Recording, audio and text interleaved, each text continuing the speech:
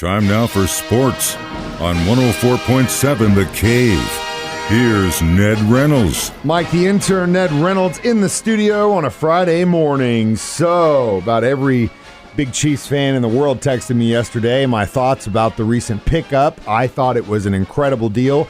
It's a lot like the Melvin Ingram deal that we had a couple years previous, which I thought worked out great for the team. I mean, he didn't break records or anything, but he was definitely a nice addition when we needed him, and I think this one's going to pay off. I agree. I think it's a great pickup for the Chiefs. Now, that's not to say, no guarantee that he makes the team. It's only, get this, I'm not being facetious. It's only an $8 million contract. That's cheap. This is Carlos Dunlap, who we're talking about. Kid, I remember him in Florida. He's All-America with the Gators. He's a monster, dude. Big guy. And last year, and he's 33 years old now, last year played in 17 games for the Seahawks. That's every game, folks. And had 8.5 sacks. And had the sacks. That's the big deal. This tells me something. Now, I'm probably reading into it, but it tells me that, one, Frank Clark, or two, George Zalaftis is not really making the strides that they thought he would. I think Chris Jones is fine. But the other two, it tells me that they've got this guy as a hedge in case neither one of those or one or the other falters somewhere along the line. I do think that Dunlap will make the team, maybe not the starting squad, but he'll certainly make the taxi squad that they carry. And he may make the team, depending on how these other guys play in their exhibition games. But that's why they've got him, and that's a great pickup, $8 million. Come on. We can afford that. Beach. I will say also, Chris Jones said that they worked out this summer together. He said it was awesome. It was really cool, and that he was kind of hoping he'd come to the Chiefs, and I'm glad they do. Also, depth. I mean, the rotation is kind of what they did with Melvin. Whenever he was in, they'd rotate those guys in and out. Last season, I thought it worked. Give these older guys a little bit of a break. It gives Jones the opportunity to get back where he belongs at his defensive end instead of the other side where he had no clue what was going on. Incidentally, did you see the story about Tyreek Hill? I thought this was funny. Funny in not a jocular sense, but certainly in the capabilities of some of these guys. He's not ashamed to say it. He arrived in the Miami Dolphins camp last June, gave him the playbook. He said 3 days later had to give it back to the coaches. He didn't understand a single thing that was going on. Not a single thing. Coaches had to sit down, tutor him. And I don't think it's just Jones or Hill. I think it's a lot of those players. Every playbook is so different. That's a completely new language. And Tyreek, he might not be the brightest bulb, but he's definitely a great athlete. So maybe they just have him run. We'll see. I don't know. But he's not a Chief anymore, so nope. I got to let it go. All right, so let's talk the Juan Soto sweepstakes. I've been reading every day in the afternoon, looking at the forums, kind of getting everyone's vibe. I thought a lot of Cardinals fans would say it's going to be too much, but the feeling I get, at least from the forums that I've been reading in Cardinals Nation, is a lot of these guys are hoping he does land on the Cardinals. Keep in mind, you're reading the Missouri media. Yeah, well, I'm also reading the Missouri fans, too, so that's the other thing. The national pundits seem to think that the San Diego Padres are the leading team to get Soto, if, in fact, Washington even trades him. They came out yesterday, they being the Washington Nationals, and said, we're not looking to trade this guy, but if the right deal comes along, we will make it. But he still has another 1.5 or 2 years left on his contract. It's an expensive one, but that's not to say they don't want to get rid of him. Anyway, if the Padres are the ones who land him, oh my, they get Tatis in there and Machado and put that guy in the lineup. That is a power-packed lineup. Is that what they need? Is that what the Cardinals need? I'm of the opinion that they need something like that. They have to. But we'll see. It's got to happen. At least for 2022, it's got to happen by Tuesday at 3 o'clock our time, over the weekend. Or it ain't going to happen until after the World Series. I guarantee you we'll either know it today or Monday. We'll see. But at the same time... Now, wait a minute. That's a guarantee? No. You got to watch what you say around this old man. I'll tell you though, when I was out in Vegas, I was talking to a guy who says that he only plays futures now. As in the sports book, we were talking about stuff because he's like, I'm too busy. I can't, before kickoffs or first pitches, it's just crazy to be able to keep up with that. So it's just futures. He picked the Padres to win the whole thing on his futures bet. Would not surprise me. But getting Juan Soto at this point in the game to help them do that, that's like seeing in the damn future. I don't know how these guys do that. They are a pretty good team. Hell yeah. When you have and Tatis hasn't even played at all. I know.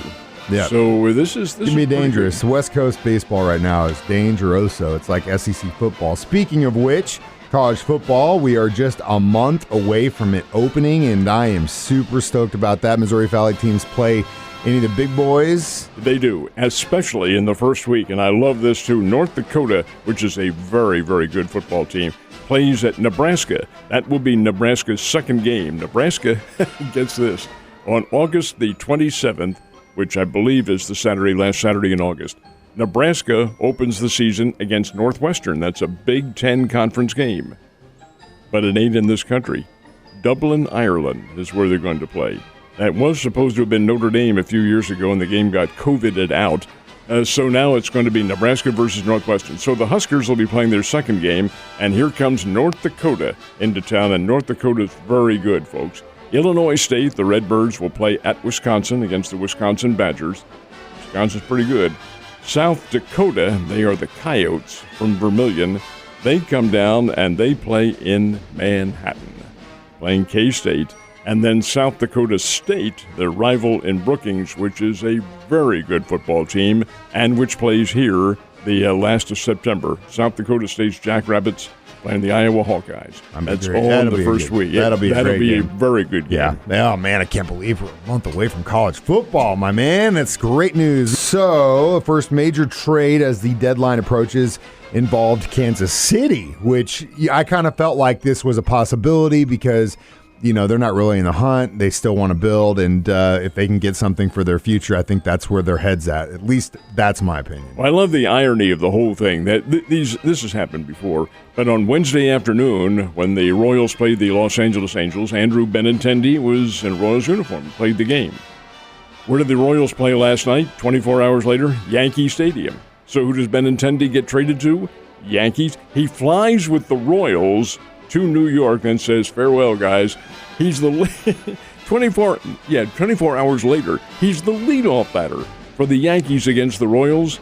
Strike him out on 3 pitches. You don't think that's I can see the Royals dugout now and really giving him hell. Do you think the players knew something was up when he showed up with 5 checked bags and they're like, why is he bringing all this luggage? Well, no. He couldn't have known it then because I know. I'm just being facetious. They don't know about they suspect, but they can't know. That's illegal. But so next day he's playing for the other team that's playing the Royals. Yankees win the game last night. 1-0, but it wasn't Benintendi. It was Aaron Judge who hits the walk-off home run in the 9th inning. There is your most valuable player for the year right there. You think so? Oh, yeah, there's no question about it. This guy's blasting the ball right and left. He could break the Roger Maris record this season. Possibly, and what's funny is Joe Weston just stopped what he was doing, and he is driving into the studio right now to pick you up and give you a big kiss and hoist you on his shoulders, I guarantee you. Joe, we'll see you in a minute. All right, so we talked a little bit about the possibility for the Cardinals to make a deal before Tuesday in the deadline, and, what kind of I've seen everyone, the Soto thing, it doesn't seem likely. It just seems like a team. It really needs to be a team that really needs something to get them over the hump for the rest of the year because of what you're going to have to give up and the money. I mean, well, I don't think there's any question about that. The money is and the players. That's just it. Yeah. Washington's going to come after some team and say, hey, give me your talent. Oh, we see. Come to think of it, I see that big guy down there, Walker for the Springfield Cardinals, and then Mason Wynn, who hit a home run last night for the Cardinals. They look like they might be pretty good. And then you have a couple of pitchers down there who are certainly lighting things up. How about those guys? Oh, boy, would that hurt. Because these are, in my opinion, the future of Cardinals baseball. They are. I think they're all 4 of them, I think, will make the team and be stars on the ball club. But, again, you have to wait and see what's going to happen. The Cardinals need pitching more than they do hitting. Cardinals have a pretty good offensive lineup. When you have Goldschmidt and Arenado in there, follow in the mix. You get Albert. Albert can still hit. And then you have, O'Neill, if he ever gets his head on straight. But it's pitching is what they need. Absolutely. I would prefer them not to be able to go against a slugger like that, but who knows? I don't know how Moshe Locke thinks. And, I can't imagine they would want to give that up because it's really not going to – I mean – right now in that division, it's so weak. It is what it is. I just don't think it's worth it. Springfield Cardinals did get a win last night. Knocked off the Frisco Rough Riders 9-4. Did some hitting at 6 runs in the 7th inning. That made the difference. Had a crowd of about 3,500 there. This is great. Play there this weekend, Friday night, Saturday night, Sunday afternoon. Should be a lot of fun. This is a good team. They're right up there challenging for a place in the playoffs where the Cardinals have not been for several years. Yeah, it'll be nice to see them get back in the hunt. All right. Let's talk about the expansion of the playoff field. Every year we get to that point in the college football season, we always talk about how, it's gonna expand, maybe 8, maybe 12, whatever. It's gonna be down the line. We really haven't heard anything about that. There's a reason why. Yes, and it's going to. It will happen. It has to. I prefer it to be 8 teams, but there's any number comes to mind that fits the formula. That's very good. Well, it was going strong here back in 2019, 2020, 2021, so forth and so on.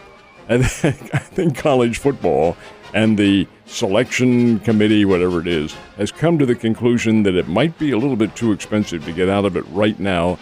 And why don't we just wait for a couple years? Because the contract with ESPN expires in 2025. If they were to get out of it before then, break the contract, have to pay a lot of money. More than a lot. Yeah. They'd have to pay a fortune. So I think they're resolved to the fact now that it'll stay in effect until 2025, and then whatever changes are going to be made will. That's what I'm guessing. We got 3 more years of this 4-team playoff. Is that what you're telling me? Come on, man. Let's see, 4 more years of Alabama versus Georgia. I know, man. God, come on. All right, Ned, you have a great weekend. I'll see you on Monday.